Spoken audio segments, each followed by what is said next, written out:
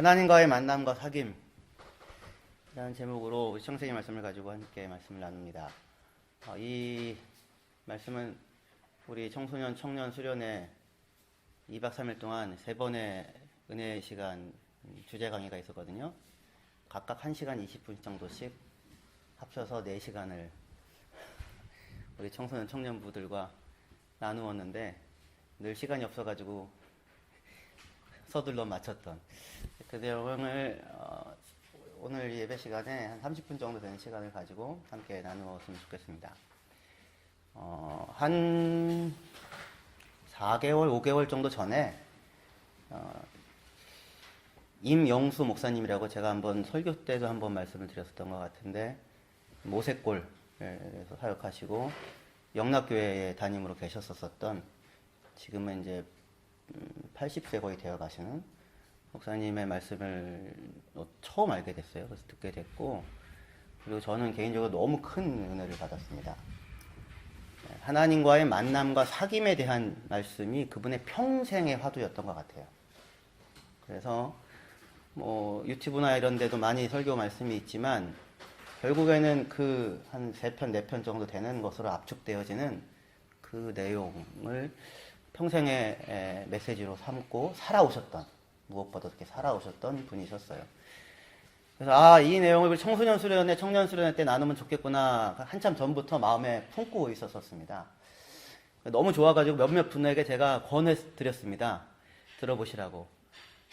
그래서 저는 은혜를 너무 많이 받으셨으면 어떡하나 걱정스러웠는데 은혜를 너무 받으셔가지고 주무셨다고 하시더라고요. 이게 너무 좋은데, 저 혼자서 너무 좋은데 어렵나 이렇게. 근데 우리 이제 청소년 청년들이 함께 그 얘기들을, 그 내용을 이제 함께 나누었어요. 네, 하나님과의 만남과 사귐, 제가 받은 은혜를 우리 수련회 가운데 또 함께 나누어졌던 은혜들 여러분들도, 학부형님들도, 그리고 우리 교회 다른 지체들도 함께 나눴으면 좋겠습니다. 하나님께서 아담을 찾아오십니다. 그렇죠? 하나님이랑 아담과의 운명적인 만남입니다. 여러분들은 어떻게 살면서 지금까지 하나님을 만나보셨습니까? 수련회 할 때 청소년 청년들한테 만나본 사람 손 들으려고 했더니 처음에 아무도 안 들다가 하나 들었어요. 눈치를 보다가 또 하나가 들더라고요.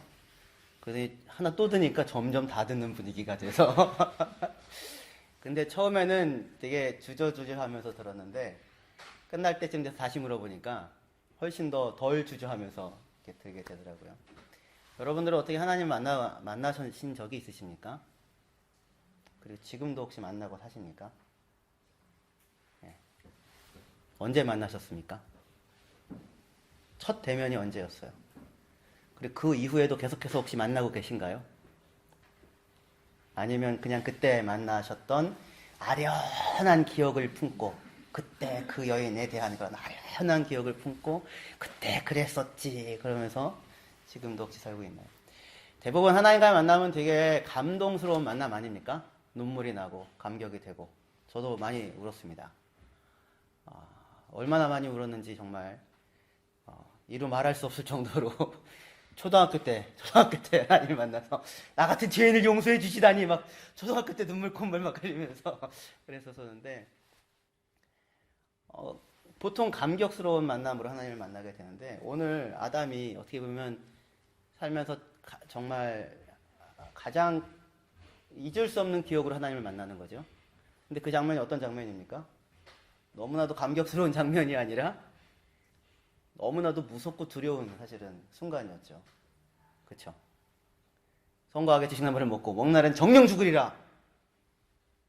근데 그거를 먹고는 눈이 밝아졌는데 지혜롭고 하나님처럼 된 게 아니라 벌거벗은 자기를 보게 되고 부끄러웠고 무서웠고 두려웠고, 그래서 하나님이 걷는 소리를 듣고는 무서워서 숨어야 하는, 그렇죠? 그런 상황에 하나님이 찾아오신 겁니다.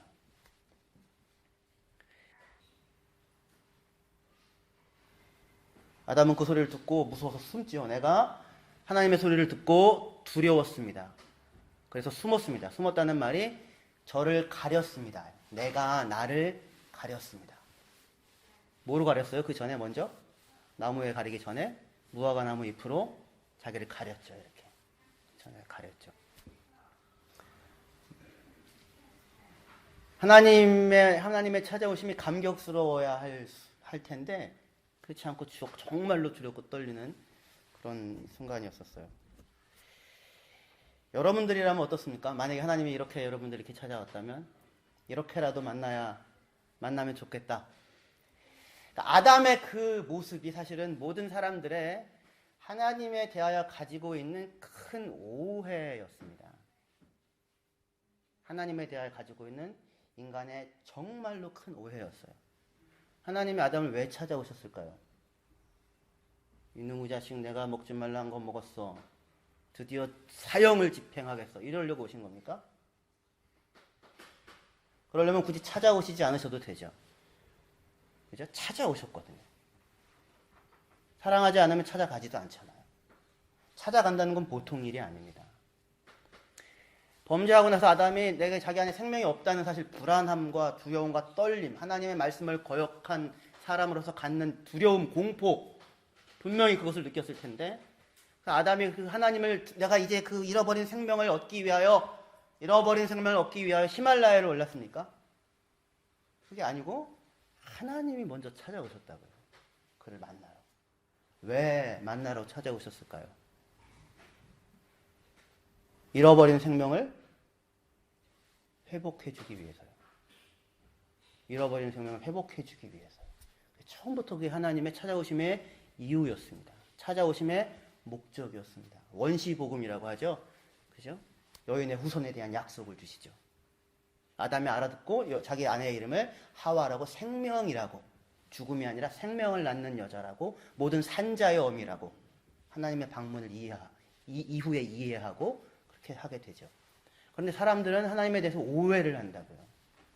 하나님이 한결같은 사랑으로 나를 찾아오실 것이라고 생각을 하지 못하는 것이죠. 두렵고 떨리는 거죠. 또 얘기를 하게 되는데, 제가 시온이보다 조금 더 컸을 때, 집에 혼자 있을 때, 집에 있는 계란 한 판을 다 깨버렸습니다. 어떻게 다 깼는지 모르겠는데, 이렇게 코모대 같은 데 위에 분홍색 코모대였어요. 분홍색 반짝반짝 빛나는 코모대. 그 위에 있었는데 어떠다가 그걸 깼는지 모르겠는데 계란 한 판을 와장창 깨버린 거죠. 두렵고 떨리는 마음에 무서워가지고 그걸 도대체 어떻게 해야 될지 모르는 상황에서 그거를 잘 긁어 모아가지고 아마 어디다 양품 같은 데 담아놨을 것이고 엄마가 오기까지 기다려야 하는 상황인 겁니다. 처음에 떨어지자마자 제 머릿속에서 떠올랐던 생각은 뭐였냐면 어떻게 하면 변명을 할 수 있을까? 제 동생, 남동생이 있으니까 남동생이 그때 같이 있었다면 동생이 이렇게 얘기할 수 있었을 텐데 동생도 없었어요. 그래서 이거 어떻게 얘기하면 엄마한테 이걸 설명을 할 수 있을까? 옷을 입으려고 하는 거죠. 자신을 가리려고, 자신을 숨기려고. 그래서 이렇게 사시나무 털듯이 이렇게 떨고 있는데 엄마가 드디어 오셨어요. 저를 보고 어떻게 하셨을까요? 깨진 그 난장판에 계란을 들어서 머리에 쏟아 부으며 이렇게 하시지 않으셨고, 저는 그런 장면을 생각했어요. 그런 장면을 혼자서 그렇게 하실 거라고. 근데 그렇게 하지 않으셨고 사시나무 떨듯이 떨며 엄마 이렇게 하고 있는 아들을 보고서 엄마가 웃으시더라고요. 그게 저한테 굉장히 큰 기억이에요. 엄마에 대한. 지금 이 아담도 마찬가지입니다. 아담도.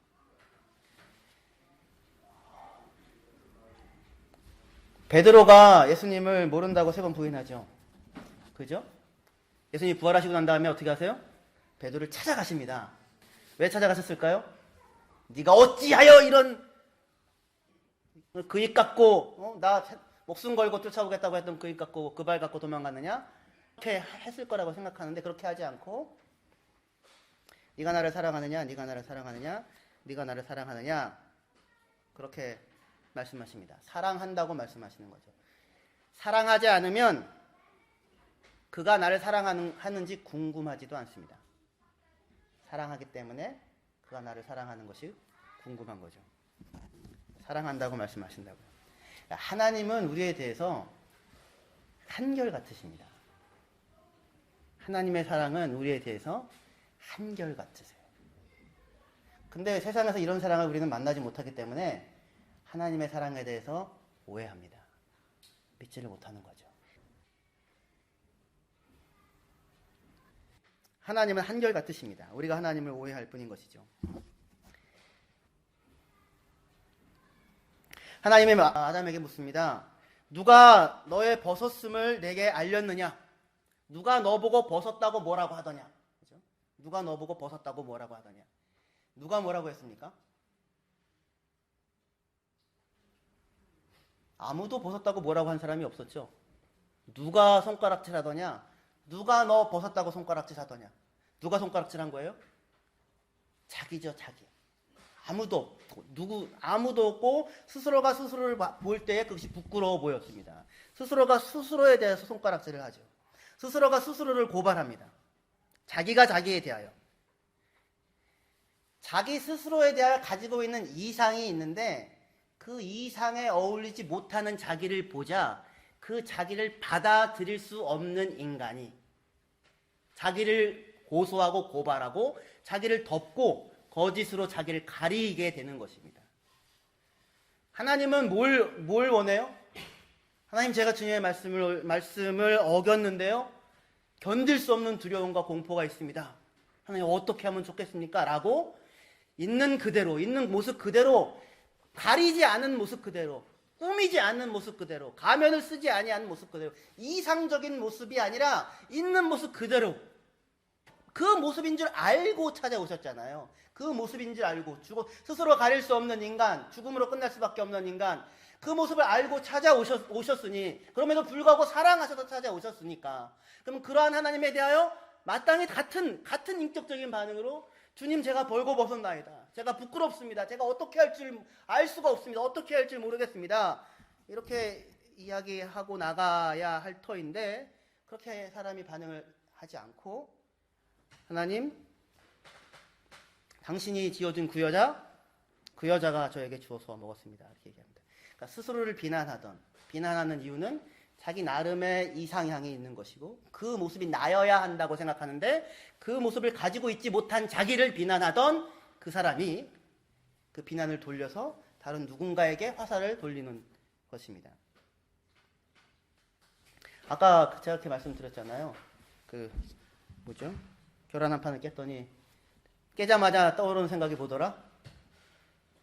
어떻게 얘기를 하면 이 상황에서 책임을 면면할 수 있을까? 내 잘못이 아니다. 자동적인 방어 기제가 발생을 하게 되잖아요. 변명이. 자기를 가린다고요. 그 자기를 가리는 것이 뭘 방해해요? 하나님을 인격적으로 만나는 그 만남을 방해를 하는 것입니다. 그게 중요한 거예요. 하나님은 죽음에 처한 아담에게 생명을 회복시키고자 그에게 찾아왔는데, 아담은 하나님의 책임이라고 그 책임을 돌립니다. 진솔한 인격적인 만남이 이루어지지 않습니다.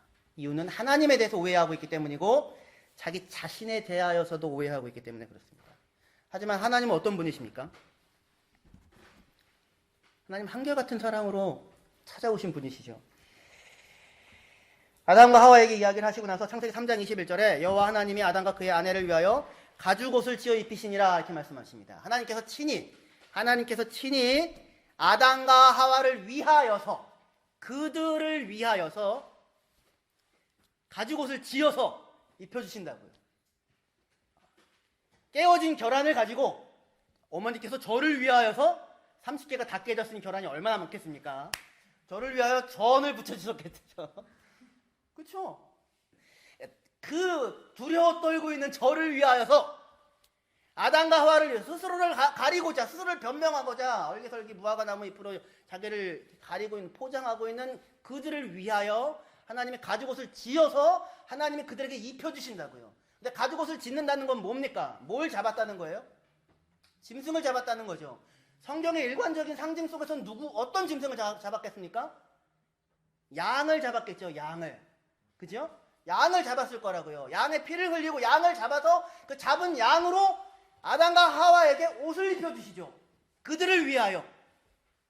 거기서는 양이지만 실제로 우리에게 와서는 실제로는 누구를 잡으신 겁니까? 아들 예수 그리스도를 잡으신 것입니다. 그렇게 할 것을 미리 말씀하신 것이죠. 그러니까 범죄하여 두려워 숨어 떨고 있는, 자신을 스스로 덮고 가리고 있는, 하나님의 얼굴을 피하여 숨어 있는, 숨어서 두려워서 스스로 자기를 가리고 있는 그러나 가릴 수가 없는 그 사람들에게 찾아가셔서 그들을 위하여 자기 아들을 내어주시고, 그리고 그들을 옷으로 덮어주십니다. 덮어주신다, 입혀주신다는 말이 대제사장에게 옷을 입혀주신다라고 하는 그때 쓰이는 전문적인, 그때만 쓰이는 건 아니지만 대부분 거기 주로 쓰이는 말을 씁니다. 너는 언제든지 나에게 나올 수 있다. 너는 언제든지 나에게 나올 수 있다. 하나님은 한결같으시다고요. 하나님의 사랑은 변함이 없으시다고요. 우리에 의하여 우리 때문에 이렇게 왔다 갔다 하시지 않으신다고요. 한결같은 사랑으로 우리를 사랑해 주신다고요. 뭘 원해요? 자기를 가리고 자기를 숨기는 것을 원하시는 것이 아니라 그 가면 뒤에 두려워 떨고 있는 내 모습, 그 모습을 알아차리고 그것을 덮어주시기 위하여 오신 그 하나님을 알아차리고 만나기를 원한다고요. 그 모습으로 하나님께 나아가기를 원하신다고요. 하나님, 제가 두렵습니다. 제가 고통스럽습니다. 제가 어떻게 할지 알지 못합니다. 제가 범죄하였나이다. 제가 잘못하였나이다. 그렇게 하나님께 나아오기를 원하십니다. 그때 뭐가 생겨요? 인격적인 만남이 발생하게 되는 것입니다. 이 관계는 하나님과 우리와의 관계는 항상 하나님이 주도권을 가지시고 이끌어 가십니다. 하나님의 사랑은 한결같고 동시에 이 사랑의 관계는 항상 우리가 먼저 시작한 것이 아니라 하나님이 시작하시고 하나님이 주도권을 가지고 항상 이끌어 가십니다. 아까도 말씀드렸지만 하나님을 찾아서 영생을 얻기 위하여 그 우투나피시팀 길가메시 서사시에 영원히 죽지 아니하는 생명을 얻기 위하여 길을 떠난 사람처럼 아담이 그렇게 아라랏산까지 올라간 거예요. 아라랏산까지 올라가도 하나님을 만날 수가 없어요. 무슨 재주로 하나님을 만납니까? 내가 소리를 지른다고 하나님을 만날 수 있는 거예요? 그럴 수 있는 방법이 없어요. 인간에게 무슨 수로 자기가 생명의 근원 되신 하나님을 만날 수 있습니까? 우리가 하나님께 찾아 나갈 수 없다고요. 근데 누가 찾아오세요? 하나님께서 먼저 찾아오신다. 범죄하여 두려워 떨고 있는 바로 그 자리에 있는 그 사람을 하나님께서 그 생명을 잃어버린 자에게 생명을 허락하기 위하여 먼저 찾아오시는 것입니다. 찾아서 만나주시는 것이죠. 만나서 뭘 하시려고요? 근데 참 생명을 주시려고, 참 생명을 누리게 하시려고, 하나님의 형상으로 하나님의 자녀로 참 복과 참 영생을 누리게 하시려고 찾아오시는 것입니다. 하나님께서 먼저 시작하셨다고요. 하나님이 먼저 찾아가 만나주시지 않는 이상 그 어떠한 누구도 하나님을 만날 수 있는 방법은 없습니다. 근데 어떻게 여러분들 하나님 어떻게 지금까지 만나셨습니까?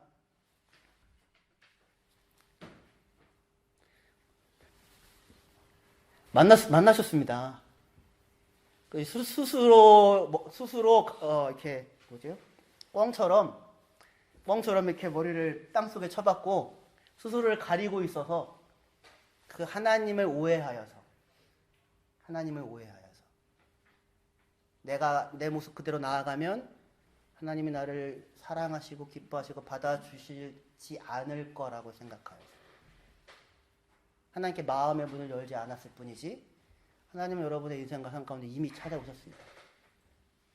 여러분들 여기 와서 앉아서 예배를 드리고 있다는 사실 자체가 그 증거예요.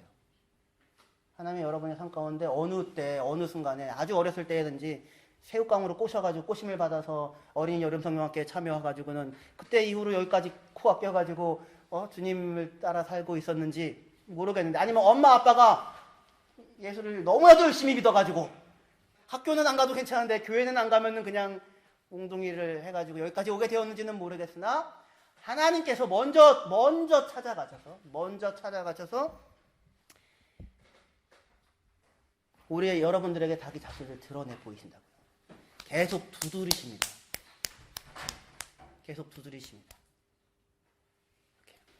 도유나 성하나 이렇게 두드려 오셨던 것이 지난 우리의 삶이었고 인생이었습니다. 하나님이 이렇게 사랑하셔서 한결같은 사랑으로 우리에게 변함없는 모습으로 찾아오신다고요. 그때 우리가 우리의 마음을 열고 우리의 마음 문을 열고 하나님에게 반응하며 나아가야 하는 것입니다.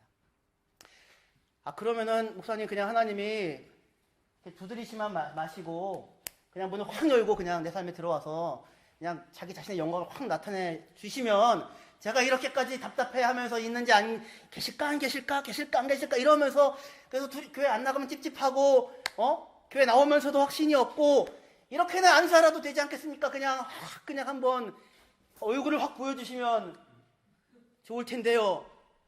얼굴 확 보여주시면 여러분들은 사도 바울이 되셔야 됩니다. 그러니까 사도 바울이 되시던지 아니면 사도 바울은 목숨 걸고 하나님을 쫓아 살아왔잖아요. 목숨 걸고 내가 하나님을 섬기는 길이라고 생각하고 살아왔는데 사도 바울의 오해였지요. 하나님에 대해서 잘못 알았죠. 그 열심이 얼마나 셌는지 그냥 이렇게 살짝 건드려서는 돌이킬 수 없는 속도로 달려가고 있는 사람이었기 때문에 하나님의 부딪힘도 그렇게 똑같은 충격으로 나타날 수밖에 없었습니다. 예수님이 바리새인들에 대하여 독사의 자식들 아마 욕을 하죠. 왜 그렇습니까? 그 인간들이 하나님을 향한 열심이 굉장히 강력하거든요. 그 정도 말이 아니면 이게 무슨 말인지 들리지도 않습니다. 초대교회 성도님들 중에서 바리새인 출신들이 상당히 많습니다. 모르셨죠? 예수님이 바리새인들을 싫어하신 게 아니라고요. 그래서 욕하신 게 아니라고요. 내 아버지는 하나님이라고 늘 생각했어요. 바리새인들이. 나는 하나님의 아버지, 하나님의 아들이라고. 근데 예수님 뭐라고 얘기해요? 너 어디 하나님 오해하고 있어. 엉뚱한 거 섬기고 있어. 너 스스로를 섬기고 있어. 자기 영광을 찾고 있어. 이 독사의 자식들아. 한 번도 상상할 수 없는 자기의 모습 가운데 팍 부딪히게 하시는 것입니다. 자기에게 돌아오게 하게 하시기 위해. 하나님께서 우리 인생 가운데 한가운데 이렇게 두드리고 계신다고요.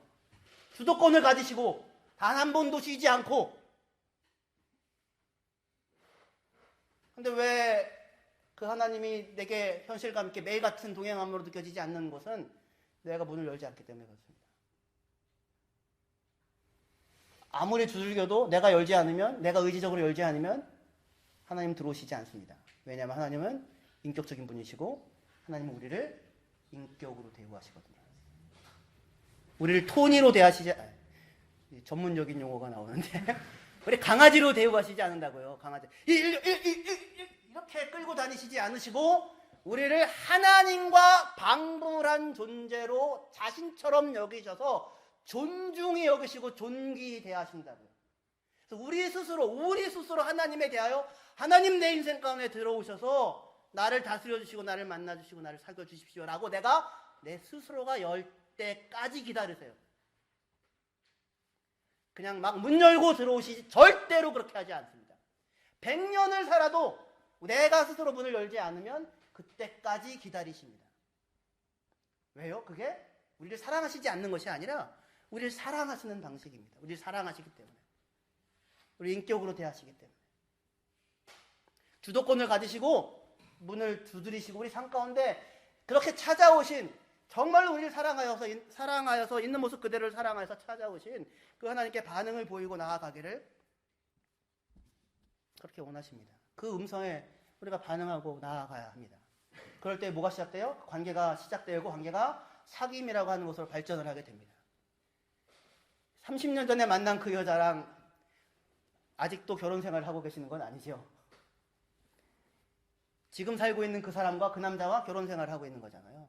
그렇죠. 사귐이 깊어졌죠. 서로를 더 많이 알게 됐죠. 그죠? 연애 때는 몰랐잖아요, 솔직히. 이명수 목사님 그 설교에서 나왔던 예화인데요. 두 사람이 결혼을 했습니다. 신혼일 첫날 밤입니다. 이제 남편이 이렇게 자고 있다가 이제 화장실을 가야 돼서 아내가 일어나가지고는 이렇게 갔다가 더듬더듬 왔는데 누우려고 이렇게 더듬거리는데 남편이 여기 있는 거예요. 이렇게 보니까 남편이 눈 하나가 이더랍니다. 깜짝 놀라가지고 남편을 깨웠습니다. 당신 왜 나한테 거짓말했냐고. 왜 이 사실 이야기하지 않았냐고. 남편이 대답했습니다. 나는 거짓말 한 적이 없다고. 나는 당신을 만나서 항상 얘기했다고. 나는 당신을 한눈에 반했다고. 한눈에 반했다고. 지금까지 늘 한눈에 반했다고. 변함없이 한눈에 반했다고 얘기를 했는데 왜 나보고 뭐라고 그러냐고. 모른다고요?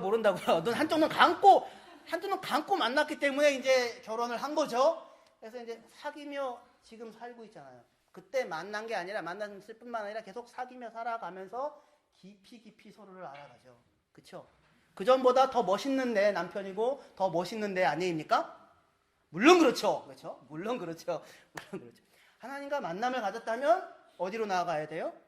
사귐으로 나아가야 한다고요. 사귐. 볼 것 안 볼 것 다 보면서 다 보여주면서 사귀는 사귐으로 나아가야 하는데, 근데 그 만남이 우리가 하나님과 만났음에도 불구하고 사귐으로 나아가지 못하고 있는 이유는 여전히 자신을 가리고 있기 때문이고, 여전히 한눈에 반했다는 거는 한 번 통하죠. 그 다음부터는 안 통하죠. 여전히 자신을 가리고 있기 때문이고, 있는 모습 그대로 자신을 하나님 앞에 개방하지 않기 때문이고, 그리고 내가 생각하는 이상적인 그 모습이 나라고 자꾸 우기고 있기 때문이고, 그리고 더 중요한 것은 우리가 하나님을 인격적으로 사랑으로 대하는 것이 아니라 우리가 하나님을 이용하려고 하기 때문에 그렇습니다. 하나님을 만나서 은혜를 입었습니다. 그 다음부터 신앙생활을 뭐라고 생각하냐면 하나님께 기도해서 내가 원하는 것을 갖자, 누리자, 이루자, 성취하자 라고 하는 것을 신앙으로 알고 사는 겁니다. 하나님을 이용하려고 하는 거죠. 관계가 진전될 수가 없죠. 여러분 누군가와 만났는데 진짜 서로 사랑한다고 생각했는데 알고 보니까 그게 아니라 만났는데 끊임없이 나를 이용해 먹는 사람이었다고 한다면 관계가 진행될 수 없잖아요. 여러분들이 지금 그러니까 자기의 아들을 내어주셔서 생명을 내어주셔서 찾아오신 하나님을 만났잖아요. 그 하나님 앞에 그 두렵고 떨리는 모습인데 그런 나를 사랑으로 찾아오셨다고 한 그 이유 때문에 감격이 됐지요. 그렇죠? 감격으로 우리가 만났는데, 만나고 나서 하나님과 그렇게 지속적으로 인격적인 사귐을 이어가는 것이 아니라 하나님을 이용하여 내가 원하는 것을 얻는 것이 유일한 형태의 신앙의 방법이 되어 있는 것입니다. 그러니까 사귐은 한 발자국도 나아갈 수가 없고 끊임없이 다만 하나님을 이용해 먹는 것일 뿐인데, 물론 하나님은 거기에 대해서 반응을 보여주시지만 응답받았다고 좋아할 것이 아니라 내가 그것을 통하여 하나님을 얼마나 알게 됐는지, 하나님의 사랑을 얼마나 깊이 겪었는지, 하나님이 어떠하신 분이신지를 내가 알게 되었는지, 그리고 나는 하나님께 어떠하게 반응하게 되었는지가 중요한 것인데, 근데 우리는 그 이후에 하나님을 사귀며 살아가는 것이 아니라 하나님을 자꾸 이용한다고요. 이용한다는 얘기는 하나님 이번에 내가 시험 봐야 되는데 붙게 해주세요. 아싸 하나님 붙여주셨습니다. 이런 얘기를 하는 게 아니고요. 그런 것뿐만 아니라 우리 스스로에 대하여 이상향을 꿈꿉니다. 자기에 대하여. 나는 이렇게 훌륭한 사람이 돼야지. 나는 이렇게 착한 사람이 돼야지. 나는 이렇게 선한 사람이 돼야지. 나는 이렇게 영향력 있는 사람이 돼야지. 신성한 우리 선생님은 독일에서 이제 의사 잡을 구하고 있는데, 나는 하이델베르크에서 이제 의사를 해야지. 그래서 정말 실력 있는 영향력 있는 사람이 돼야지. 이렇게 각자가 자기의 삶에 대하여 나름의 꿈을 꾸죠. 그죠? 그 꿈이 모든 사람이 당연히 꿈을 꾸죠. 그 꿈이 지극히 경건한 꿈일 수도 있습니다. 지극히 경건한 이름으로 포장되어지는 꿈일 수도 있다고요. 주님, 저를 사용하여 주세요. 주님, 제가 지금 의학을 공부하고 있는 중인데요. 저는 정말로 큰 병원에서 정말로 선진 요소를 느껴서, 그리고 나서 이후에 아프리카를 가서 주님을 돕겠습니다. 주님의 사역을 감당하겠습니다. 라고 누군가 이야기를 해요. 대단한 꿈이죠. 내가 그렇게 확실하게 누구도 부인할 수 없는 참된 꿈을 꾸고 있기 때문에 하나님도 그것을 도와줘야 한다고 생각한다고요. 그래서 하나님도 거기에 동원을 시키는 겁니다. 그러나 언제 하나님이 그 사람에 대해서 그런 꿈을 꿨습니까? 그건 누구의 꿈이에요? 그건 내가 꾸는 꿈이잖아요. 하나님, 저는 인격적으로 정말 매력적이고 아주 훌륭한 사람이 됐으면 좋겠습니다. 저는 굉장히 능력 있는 사람이, 전 착한 사람이 됐으면 좋겠습니다. 우리 청소년 부스를 해가지고 서로에서 소개하라고 하니까 다 착하대, 애들이 다. 착하대. 착하다는 건 좋은 얘기죠. 근데 착하다 그리고는 아무 말도 없었더라. 그러면 이제 기분이 묘하죠. 아주. 착하면 끝이 아니죠. 착할 뿐만 아니라 능력 있는 사람이 되어야 되겠죠. 그죠? 성실한 사람이 되어야 되겠죠. 그렇죠? 그리고 인간관계를 아주 잘 맺을 수 있는 사람이 되어야 하겠죠. 그렇죠? 자기가 하는 일에 성취를 보이는 사람이어야 하겠죠. 다 그걸 원하지요. 그렇죠? 나도 그렇게 되어지길 원하고, 하나님 내가 이런 사람이 되기를 원하오니 하나님 도와주시옵소서. 하나님 도와주시옵소서. 하나님 도와주시옵소서를 한다고요. 여기 뭐예요? 하나님. 내가 하나님을 사귀는 것이 아니라 내가 원하는 그 이상적인 모습에 도달시킬 수 있는 어떤 힘의 근원으로 하나님을 사용하는 것일 뿐입니다. 정말로 하나님을 사랑하거나 정말로 이웃을 사랑해서가 아니라, 오늘 주보 뒤에도 그 얘기가 나와 있지만,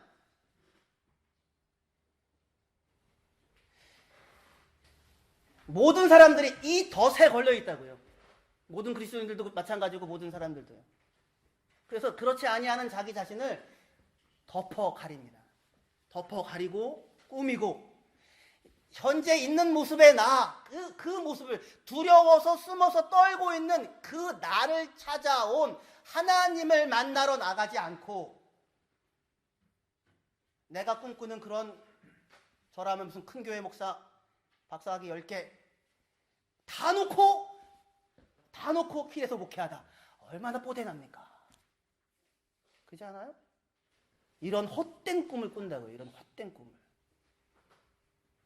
거기에 하나님 나를 도와달라고, 하나님을 경건한 이름으로 하나님을 동원을 하는 것입니다. 하나님이 정말 그걸 원할까요? 그건 누가 원하는 거예요? 내가 원하는 거죠. 왜 그걸 내가 원합니까? 정말 그게 아름답고 사랑스러운 모습이기 때문에, 정말 좋기 때문에 내가 좋아하는 거예요? 그게 아니라 내가 그렇게 멋있는 사람, 인정받는 사람, 나 스스로가 생각할 때도 자랑스러운 사람이 되고 싶기 때문에 불과한 거죠. 그러니까 하나님이 원하시는 우리의 모습은, 하나님은 저와 여러분들에게 대하여 우리가 생각하고 있는 것과 전혀 다른 모습을 꿈꾸시고 계십니다. 그것이 훨씬 더 아름답습니다. 그것을 받아들이는 것이, 그것을 받아들이고 하나님이 나에 대하여 가지고 계신, 꿈꾸고 계신 그것을 가장 아름다운 것이라고 받아들이고, 그 하나님을 신뢰하고 믿고, 이 있는 모습 그대로, 이 상처 있는 모습 그대로, 이 미움이 가득한 모습 그대로, 이 좌절과 실패가 있는 모습 그대로 하나님께 나아가, 하나님 나를 변화시켜 주십시오. 나를 새롭게 하여 주십시오. 나를 당신이 원하시는 모습으로 빚어가 주십시오. 당신 보시기에 아름다운 사람이 되어지게 하여 주십시오. 그렇게 하여 하나님을 기다리고 하나님을 만나고 하나님과 진실하게 있는 그대로 사귀어가는 삶, 그 삶을 하나님께서 우리에 대하여 원하시는 것입니다. 근데 왜 하나님께 못 나아갑니까? 너무나도 자기가 멋있기를 원합니다. 그렇지 않은 자기의 모습을 스스로가 받아들일 수가 없습니다. 그래서 늘 자기가 자기를 정죄합니다. 늘 자기가 마음에 들지 않기 때문에 늘 자기가 자기를 정죄합니다. 자기가 자기를 늘 정죄하기 때문에 그것을 감당하지 못한 가장 가까이 있는 사람에게 그 정죄의 화살을 돌립니다. 가족에게, 가장 사랑스러운 사람에게 가장 할 수 없는 정죄의 말들을 하게 됩니다. 우리 스스로 덮을 수 없습니다. 제가 CCC 때, 20살 때 아프리카를 위하여 눈물을 흘리며 기도를 하고 있었거든요. 하나님, 이 불쌍한 사람들, 태어나서 이렇게 가난 속에서 사는데 예수까지도 못 믿으면 얼마나 불쌍합니까? 그러면서 막 눈물을 흘리며 기도를 하고 있을 때 갑자기 제 속에서 소리가 들리는 겁니다. 야, 성일아, 네 동생이나 사랑해라. 이렇게. 네 엄마 말이나 잘 들어라. 되게 충격이었습니다. 충격. 그래서 그 이후로 아프리카에 대한 기도를 하는 것은 저에게 트라우마였어요.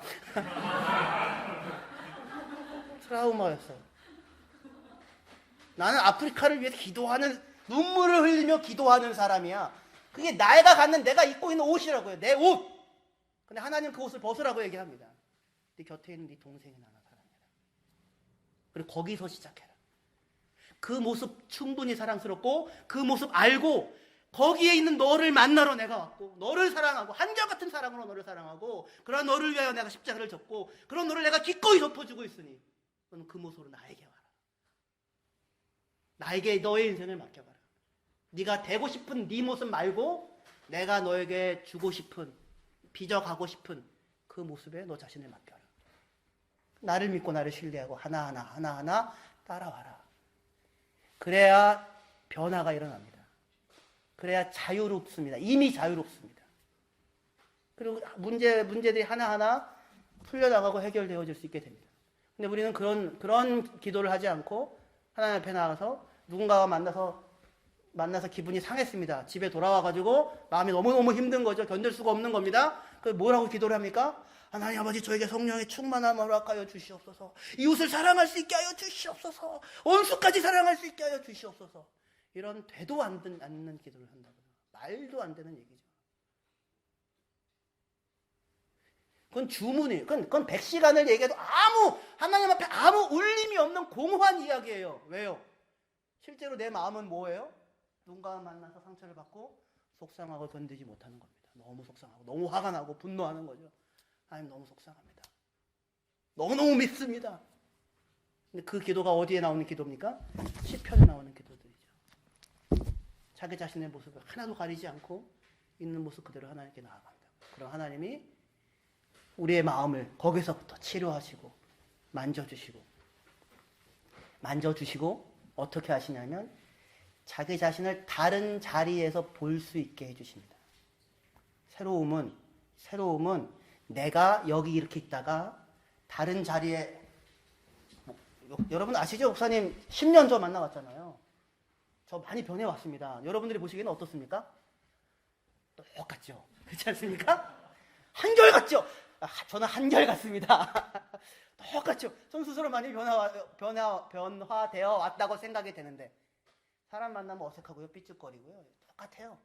그거 변화되지 않습니다. 근데 뭐가 변화됩니까? 그러한 나를 보는 눈이 달라집니다. 편견이 점점 사라집니다. 잘못된 마음, 스스로를 정죄하고 스스로를 괴롭히고 스스로를 손가락질하고 잘못됐다고 이야기했던 것들이 점점 사라진다고요. 그럼 그 자리에서 시작할 수 있게 됩니다. 그럼 그때 하나님께서 우리 마음에 변화를 만들어 가십니다. 하나님의 마음의 변화를 받아. 변화라는 것은, 새로워진다는 것은 내가 더 훌륭하고 더 멋있는 인격과 더 많은 능력을 갖추게 되는 것이 아니라, 좋겠지요. 저도 그랬으면 좋겠습니다. 하지만 그것보다도 더 하나님을 신뢰하고, 더 하나님과 사귐이 깊어지고, 더 하나님과의 관계가 없으면 한순간도 견디지 못해서 하나님을 의지하게 되고, 그리고 하나님을 신뢰하기 때문에 항상 담대할 수 있고, 하나님을 신뢰하기 때문에 마음에 평강이 있고, 하나님을 신뢰하기 때문에 누군가를 볼 때 마음에 따뜻해지고 눈빛이 부드럽고, 하나님을 사랑한다는 이야기가 마음 깊숙한 곳에서부터 오는 진심으로 그렇게 나타나고 달라지는 거죠. 거기에서부터 시작이 됩니다. 하나님께서 우리를 하나하나 변화시켜 가시고 빚어 가실 것입니다. 기도하십시다.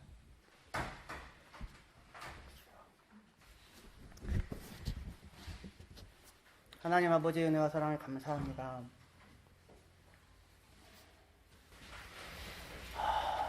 어른이 되면 모든 문제에 대한 해답을 얻을 줄 알았는데 무관심해지고 밑에다가 숨겨놓고 있는 것들을 배워왔을 뿐 문제를 해결해 본 적은 별로 없었습니다. 주님, 그런데 그러한 저희들 있는 모습 그대로 찾아오셔서 한결같은 사랑으로 사랑해 주십니다. 관계를 맺으셨습니다. 그리고 이미 우리를 위하여 죽으셨고 이미 하나님의 나라의 자리에 우리를 세우실 것을 당신의 작정 가운데 이미 선언하셨습니다. 그리고 우리와 인격적으로 삶의 모든 순간에 사귐이며 신뢰를 나누며 사랑을 나누며 살아가기를 원하십니다. 하나님, 그 하나님의 원함에 저희들 있는 모습 그대로 반응하여 나아가게 하여 주시옵소서.